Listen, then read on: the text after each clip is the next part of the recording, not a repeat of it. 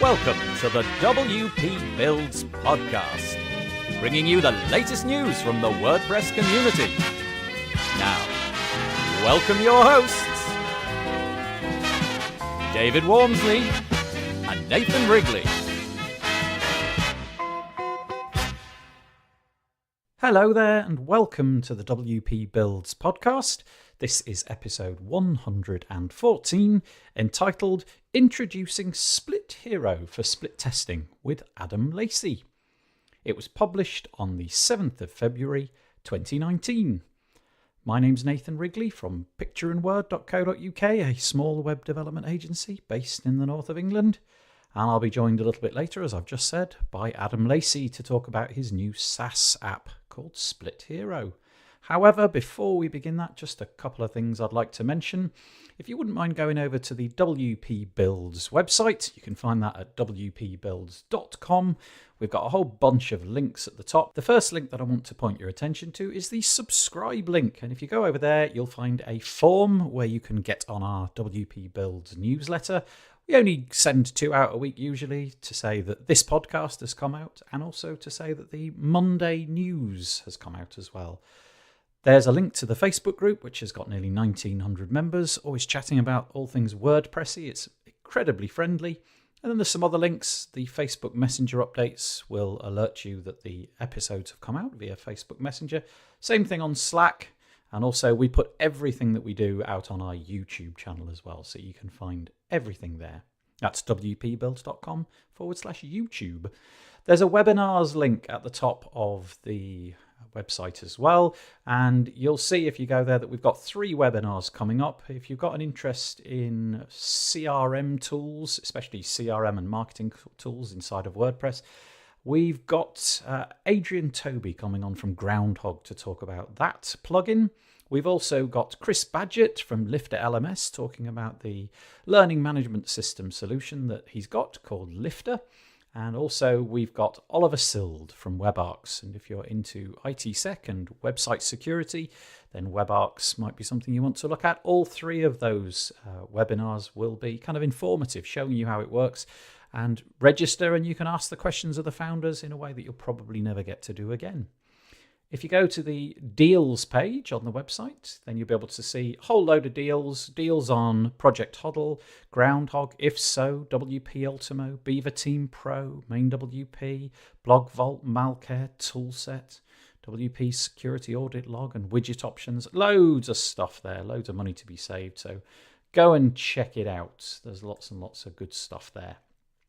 Just one more thing, I suppose, and that's go to wpbuilds.com/contribute if you'd like to come on and help me help everybody else. The idea is that you come on and for about 15 minutes or so, you talk about something that you've done that you're proud of, and we've got quite a few of those coming up, so that would be nice if you want to do that. wpbuilds.com/contribute. And if, like our other advertisers, you fancy advertising on the podcast, please go to wpbuilds.com, advertise, and you can let us know whether you'd like banner ads or audio ads. The WP Builds podcast is brought to you today by Project Huddle. Are you still using email for client feedback? Well, there's a better way. With Project Huddle, client feedback has never been easier. Point, click, and type interactive comments right on top of any website. For 20% off, visit projecthuddle.io/WP Builds. And the Page Builder Framework. Do you use a page builder to create your websites? Well, the Page Builder Framework is a mobile, responsive, and lightning-fast WordPress theme that works with Beaver Builder, Elementor, Breezy, and other page builders. With its endless customization options in the WordPress customizer, it's the perfect fit for you and your agency. Go to wp-pagebuilderframework.com today. And we thank all of our sponsors for their kindness and keeping the lights on at WP Builds. Okay, let's get on with it. Today, talking to Adam Lacey from the UK, all about his brand new, very, very new SaaS app called Split Hero. It's an app which enables you to do split testing. So you might, for example, create a page and then create an alternative page and wish to know which one is performing better. Well, that's what Split Hero is all about. As I said, Adam's in the very early stages. He's looking for some founders to come on board and help steer the way that the project is created over time. So very, very interesting. He's a very straightforward, honest guy, and I commend this episode to you. I hope you enjoy it.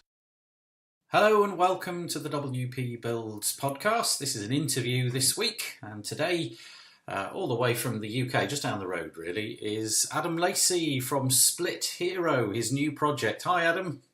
Hey, how you doing? Yeah, I'm good. We've had quite a long chat actually before we started this recording, so we got a lot to say because Adam's starting out on a really interesting journey. Perhaps it's a journey that you've tried before, or maybe something that you have aspirations of doing before, because Adam has made a decision that he's going to start a SaaS product called Split Hero. He's been working with WordPress for years and years and years. In fact, probably going back about 2 years ago, we had him on the podcast as one of our very first early guests, probably like guest number 5 or something like that. So Adam, what's Split Hero?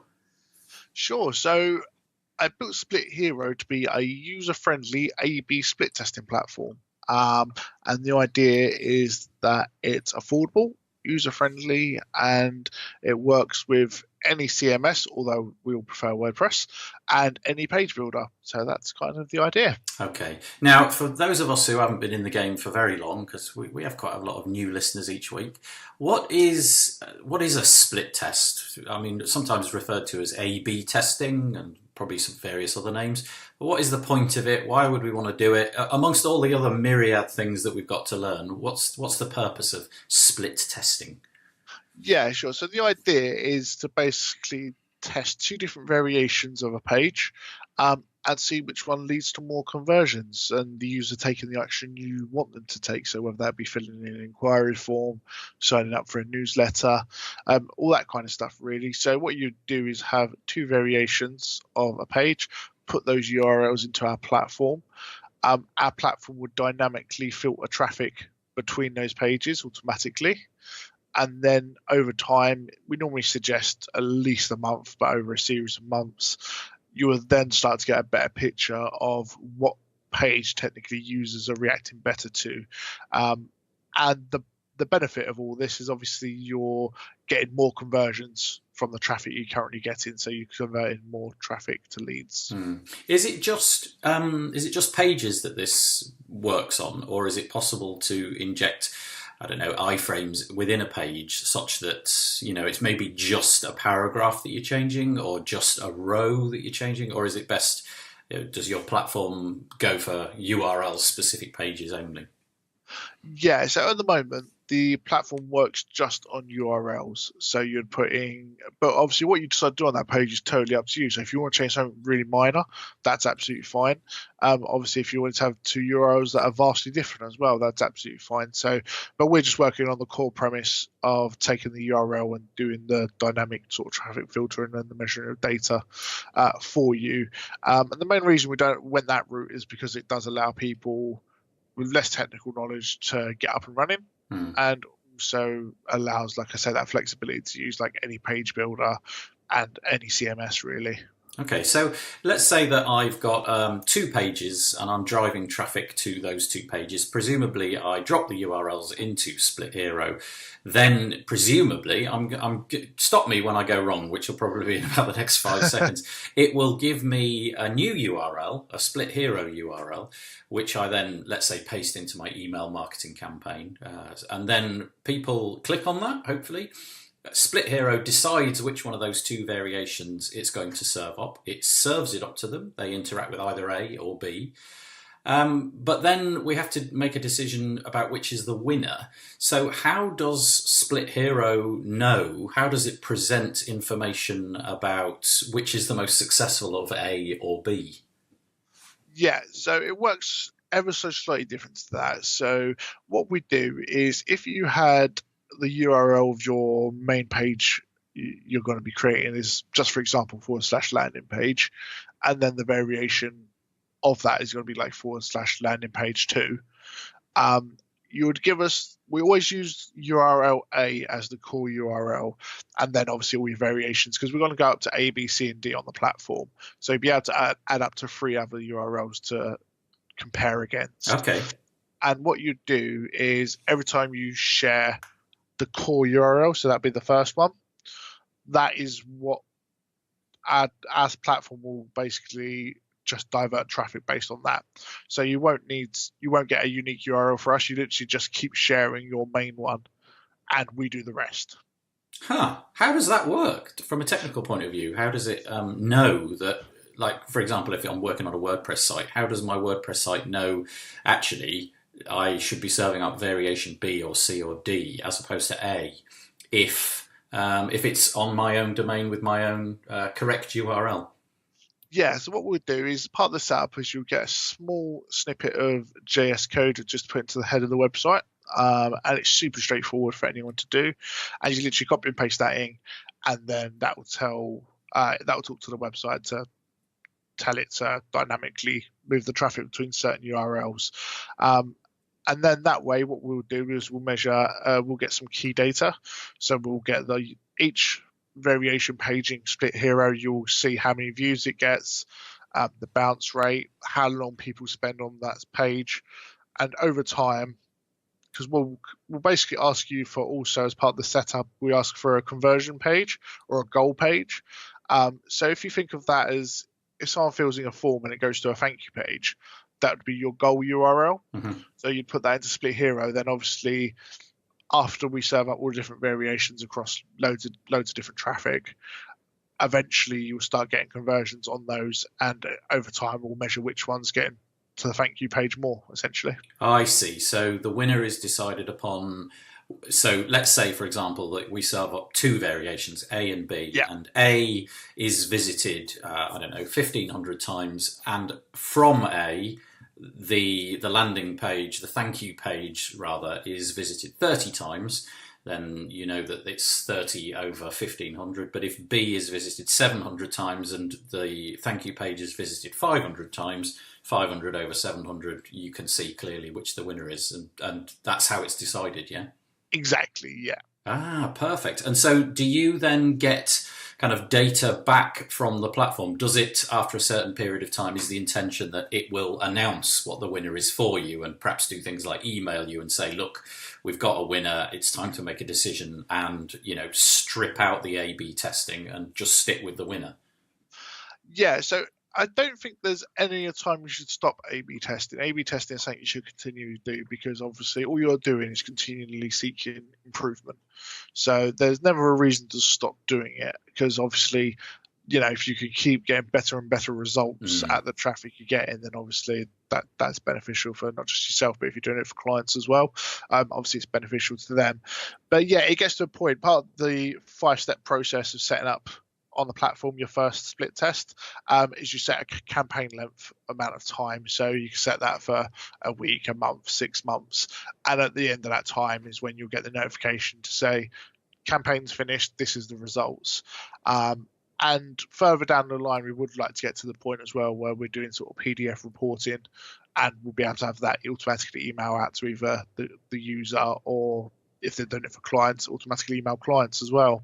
Okay, so is this something that you can use on, a client's website? It's not just necessarily related to your website. So in your Split Hero dashboard, depending on the level that you require, you would be able to set this up for clients, and hopefully in the future it would be able to kind of work out, okay, we've got a result there, tell the client as well as you who the winner is, what the winning page is, and so on.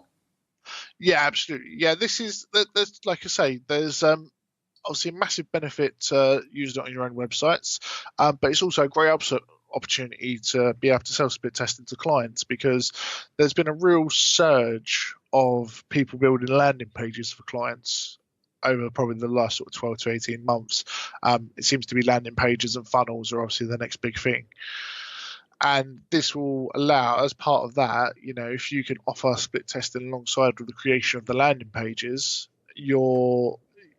through that you're also getting a continuous stream of work, because once you set up 2 landing pages for a client, you set up your split test and you upsell that to them and say, look, we're going to find out which one's better. Obviously, like say, a month down the line, you might give them the results and say, hey, we found the better one. Why don't we run it again and see if we can get even better? You then got that opportunity to sell them another landing page design. So it's really a good way, like I say, to build up that rapport with clients as well. And it's something you can build into support plans. If you've got a high level care plan, you can be using that as well. Yeah, it's a really interesting point. I know that there's an awful lot of moves at the minute to sort of bolster what's in the care plan. And admittedly, I don't do any sort of split testing. I've encountered it. I kind of know anecdotally what it is, but it's not something that I do. So it's definitely an area which I could start selling. It's really, really fascinating. Obviously, this is sort of growing in popularity. Like you say, landing pages over the last period of years have become kind of, in many ways, a lot of people have replaced websites simply with landing pages and things like that. Yeah. What got you into this? I know that you've got a heritage with working with WordPress, and we had you on for a discussion about that years ago. Why did you decide to move into making a SaaS product? Yeah, so I still love what I do, what we do as an agency. However, I always feel the web industry is continuously shifting. And I've had this concept of this platform for about 2 years. So, and it's finally got to the point we sort of, decided to batten down the hatches and give it a go. So we've sort of taken the bull by the horns and we spotted the gap in the market, because the current products out there are very much aimed at the enterprise level of the market. So they're fantastic, but they're very complex and they're very expensive. Or on the flip side, you have the free version of Google Optimize, which again is not too bad, actually. It's pretty good, but the issue with that is, again, it's complex to get up and running, and a lot can go wrong during the setup, and it gets to the point most people give up, put it that way. So this is to combat that, is to make, obviously, it more efficient for people who do want to do split testing to do it without the tech know-how and without having to spend either hours trying to work it out themselves or having to pay someone to set it up for them. So a couple of years ago, you're sort of sitting there and you get this idea and you say to yourself, well, boy, I mean, I've wrangled with split testing enough times now. I know there's a gap in this market. I want to do something about it. And we had a chat about this because there's a very honest story in here, which Adam's going to sort of tell us all about, the financing and the development and all of that kind of stuff. What was the process 2 years ago that you went through? How did you get to the point where you are now? Let's begin there. 2 years ago, what were the things that you went through to get to the point where you've almost got a SaaS app ready to launch? Yeah, so 2 years ago, I'd probably say a solid year of that was on and off brainstorming and mind mapping, basically, of what should be included, what shouldn't be included, ideally what would it do, and in the future what would be fantastic if it could do. And then after a year, like I said, on and off sort of brainstorming, I sort of dropped it. Then it rolled around again, and I spent sort of 6 months looking at the option of doing it as a plugin. So initially, my initial idea, because I use, much like yourself, I use Beaver Builder, the initial idea was to create it as a split testing Beaver Builder tool. Interesting. Around about that time, a company called SeedProd basically done just that. So I was like, pipped to the punch. I've been there, done that. Yeah. So it's actually, since then, they've ceased, I believe, don't hold me to it, but I believe they've ceased working on that product anymore. And I didn't realize how they actually set up. So they basically set it up as that it still had to be connected to Google Optimize, and there was a lot of fiddling around to do and that kind of stuff, from what I understand anyway. But yeah, it started off as a plugin idea. I decided it wasn't the best move for a support point of view and a business point of view, really. And I thought we could offer far more as a SaaS platform. We could offer more features. We will be tied to the updates of WordPress and whatever happens with that in the future in terms of Gutenberg and this, that, and the other. So it was really to keep it pretty open and flexible to what we want to do with it, rather than being tied to what platforms are doing. So you've made the decision. By the way, I think it is quite a clever idea splitting this off from WordPress, because what you're doing is in no way, shape, or form necessarily connected to WordPress. I can see that there might be some benefits in terms of kind of like fiddling with permalinks and stuff like that, of bolting it into WordPress, but equally. If the JavaScript can handle a lot of that stuff, it's quite nice to divorce this from WordPress in a way, because you can go after anybody with any kind of website, not just a WordPress-based website. And although WordPress is 33% of the web, that still leaves about 67%. Yeah, exactly. Yes. Yeah. So how did you go from, okay, I've mind mapped this, I've brainstormed it, I've decided what should be in, what shouldn't be in the initial, in the initial release. What next? Yeah, so from there I started personally speaking to a few friends in the industry, including yourself, and speaking to people I know, running the idea past them, and am I completely bonkers, or does this seem like a legit idea? And the initial feedback was really good. So I was like, okay, so I sort of progressed a bit further, started to open up to people that perhaps wouldn't just tell me what I wanted to hear. Yeah. And a few strangers. And again, the feedback was fairly positive all round. So it's got to the point now where we're looking to launch the pre-sale. So development started. We're at a stage where we're probably only a matter of a couple of weeks away from a working front-end demo of the platform.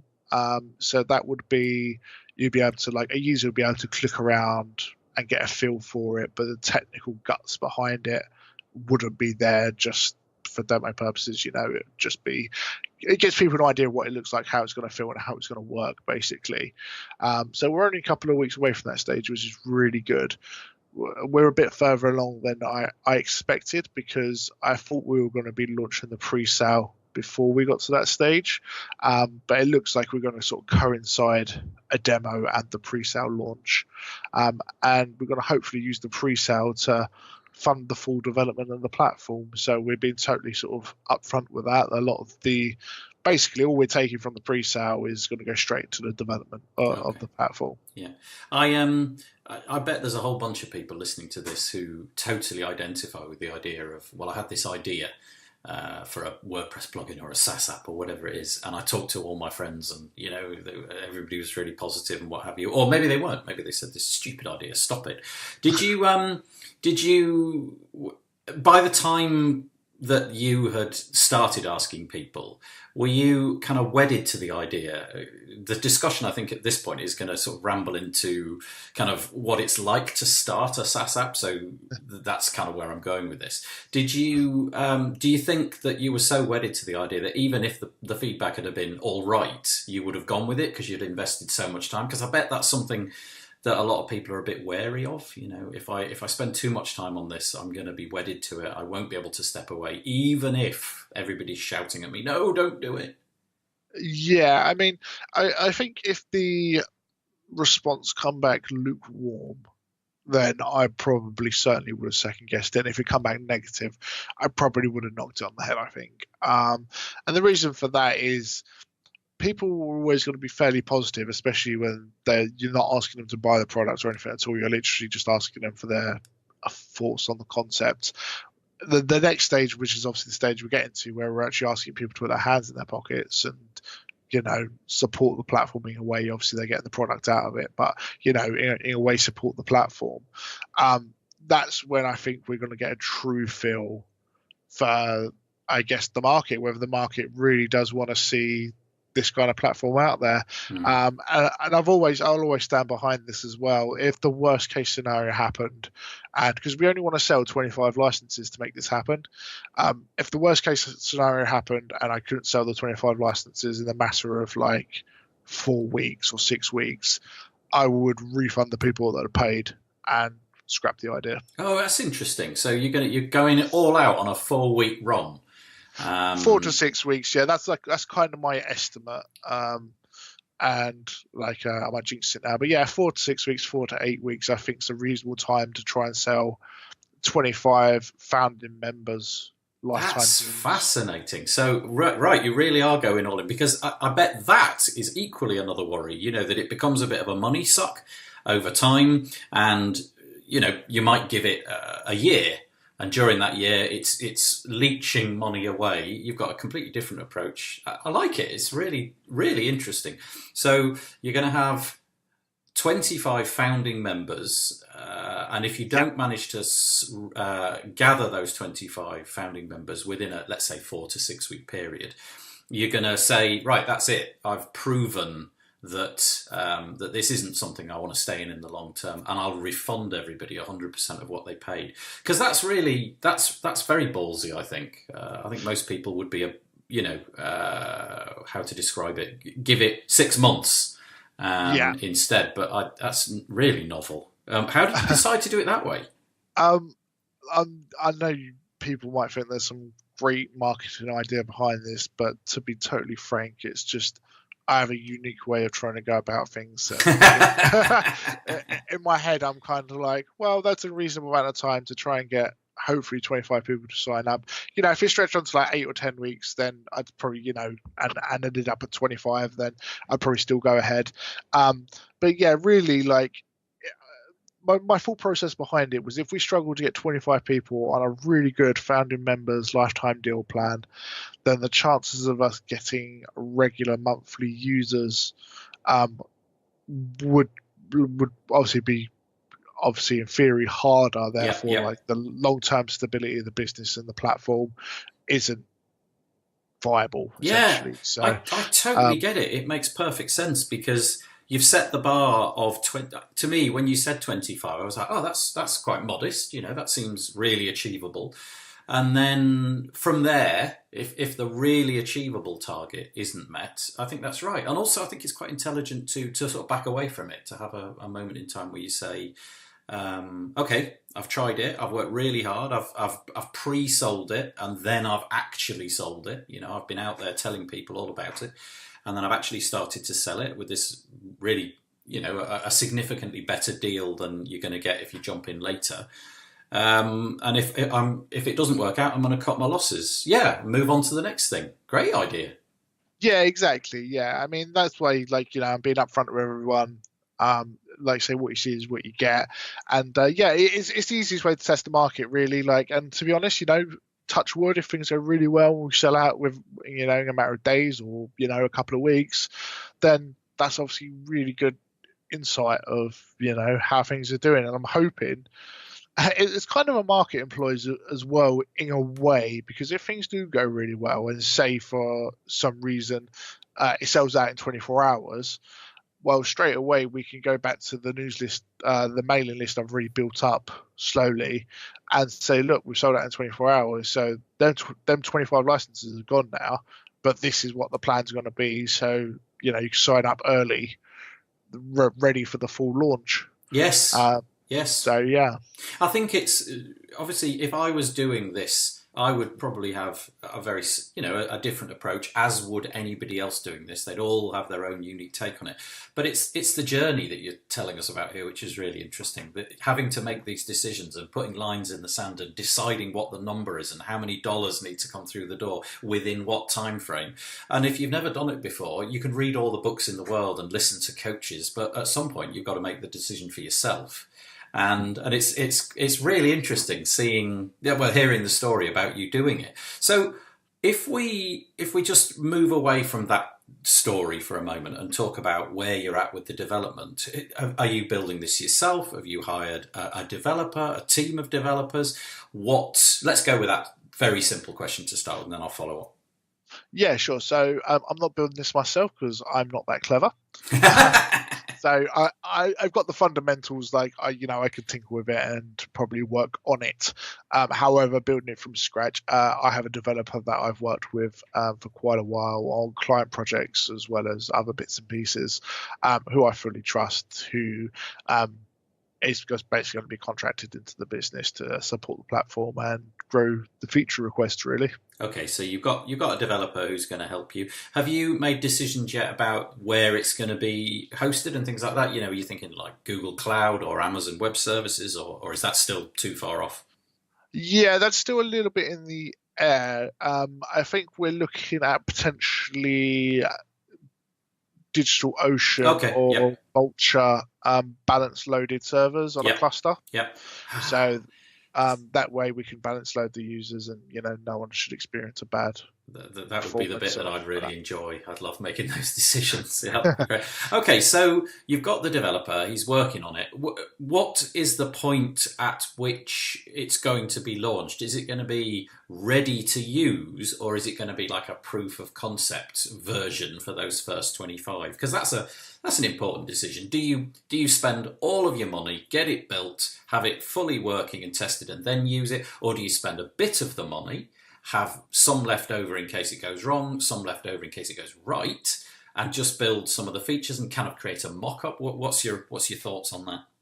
Yeah, well, like I said, the front end has been fully funded by me thus far and will continue to do so. So whether it will be, like I say, whether we show that just before the pre-sale or we show it to the founding members only, they will get to see the portal and how it will look and how it will feel and all that kind of stuff. And what we're looking for from those early founding members is to give their feedback on that. So if they say, this particular feature really needs to make it into the MVP as a beta launch, then, we can look at that. If they say, I think we've done a good job with the UI and UX, but that's obviously just my opinion. But I think we put a lot of time on it because it was important to me that it looked right, because I'm a bit fussy like that. So we're looking for feedback on that as well. So if someone says, that button should be better over there, or that kind of stuff, then again, that's the kind of feedback we're going to be looking for. And then I think once we've got the feedback on the initial sort of front end of it, we'll probably be taking the vast portion of the money, finishing off the development of the whole thing, and then basically getting it into an alpha stage, which will, at that point we'll probably start taking general public pre-sales for normal plans. But at the alpha stage is when our founding members are going to at least be able to get their hands on it, test it all out for bugs and that kind of stuff, and again provide feedback on any changes they would suggest. Okay. And go from there. Yep. So the initial 25 members, and again, if you're thinking about launching something like this, a plugin or a SaaS, just really novel way of doing it, isn't it? This, I really like it. So there's going to be a 25 member launch, but they'll get like a mock-up, if you like. And if you manage to sell those licenses, you'll have generated enough revenue to press forward to get the alpha stage released. And have I understood right? You're then going to go for a public launch of an alpha version of the product, presumably at a discounted rate again, maybe. How's that going to work? Yeah, so that's a little bit. I think it really depends on how much of a gradual rollout we do. I think if we get really valuable feedback from the 25 founding members and everything goes really well and everyone thinks we've done a fantastic job, then we'll probably go straight into a public launch and let people know it's an early stage product, though, and we won't be doing a discounted plan. It'll just be the standard general pricing that we're looking at doing, because it's quite affordable anyway. Yeah. Well, maybe we should talk about that then. We'll talk about the pricing. What are your envisioned prices for the 25? And what will your, I guess, regular pricing be anecdotally at the moment?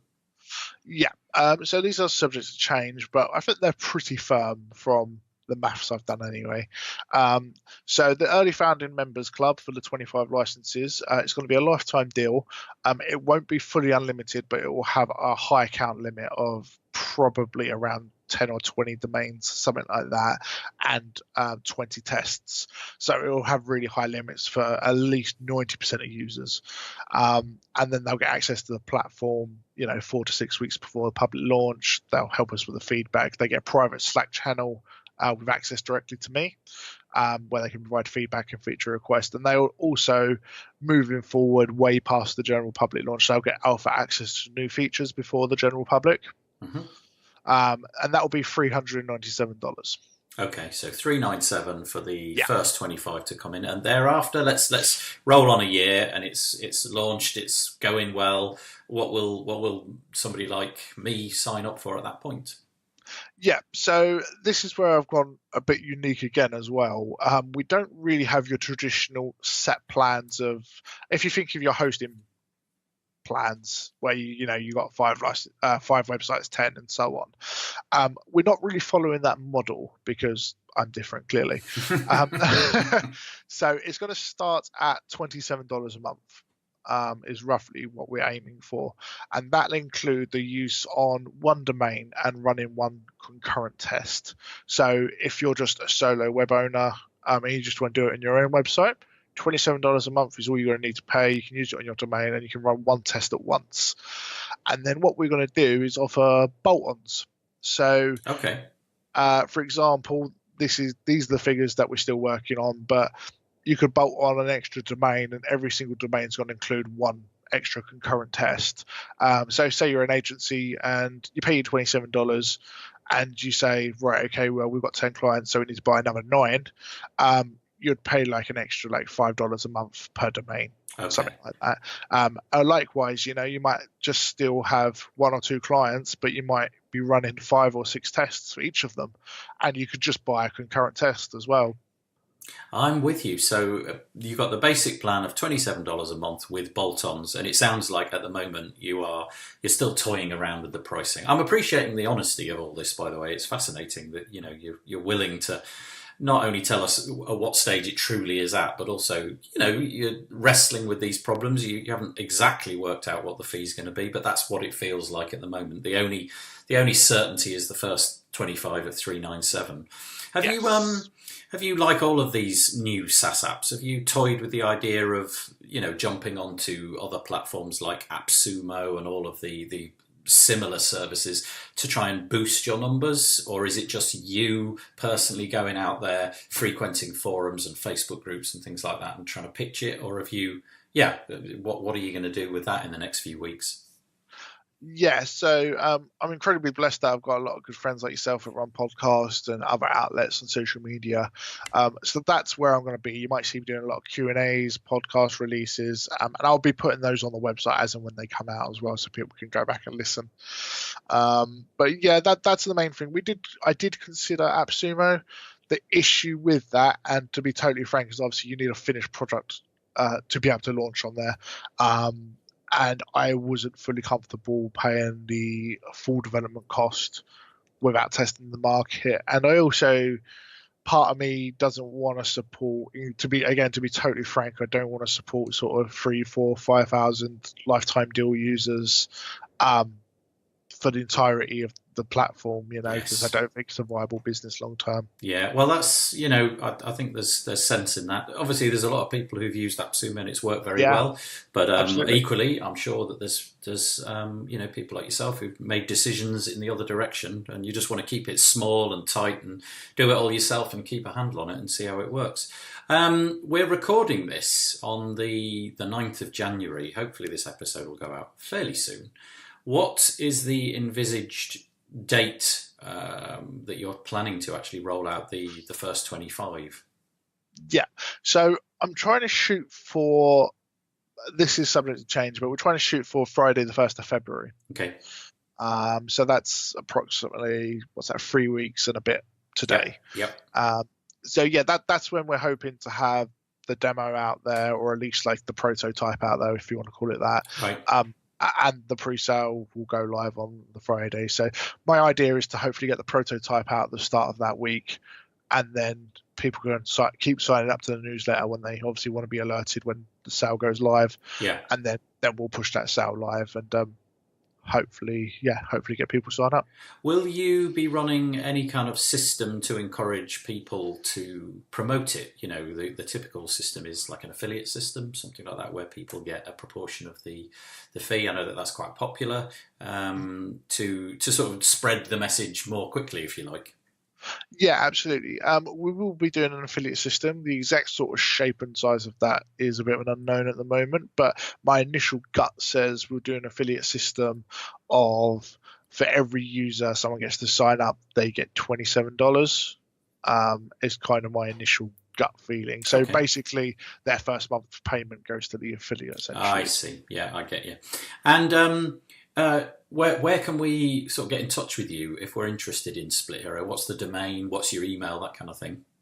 Yeah, sure. So there's a few places. The website is splithero.com, but you can also visit splithero.io. It should go to the same place, hopefully. You can also email me at hello@splithero.com. I'm on Facebook. The Facebook page is facebook.com/splitheroio. And the Twitter is just @splithero. Nice. Adam, really refreshing. Totally authentic and honest talk about the trials and tribulations of starting something like this. As I say, we're about 3 weeks out from the launch. Hopefully, by the time that this goes out, we'll have, we'll be just before that, and maybe one or two of the people listening to this would like to go to splithero.com and sign up and so on. So, thanks for talking to us today. I really appreciate that. It's been lovely to hear your honest appraisal of starting a SaaS app. Yeah, thank you for having me on. And like I say, if anyone does want to sign up to the newsletter, I don't spam people. And like I say, if anyone's got any questions, feel free to reach out, really. And we'll be just keeping people updated as we go along. Great. Speak to you soon. Take care. Okay, I hope you enjoyed listening to Adam Lacey there, talking about Split Hero. Why not go and sign up and become one of the first 25 founders and help steer the way that Split Hero is developed in these early stages? That'd be very cool. This episode of WP Builds is brought to you by Project Huddle. Are you still using email for client feedback? Well, there's a better way. With Project Huddle, client feedback has never been easier. Point, click, and type interactive comments right on top of any website. Delegate, manage, and resolve issues with your team. Get quick, clear approval from your clients. White label it and look like a pro. For 20% off, go to projecthuddle.io/WP Builds. And we thank all of our sponsors for helping support the WP Builds podcast. Okay, that's it. All that remains for me to do is to tell you that we'll have a newsletter coming out on Monday. Hopefully you'll get something out of that. All the WordPress weekly news wrapped up inside about 15 minutes of audio. And if you don't manage to listen to that, maybe I'll catch you next Thursday for the podcast. I shall fade in some cheesy music and say bye-bye for now.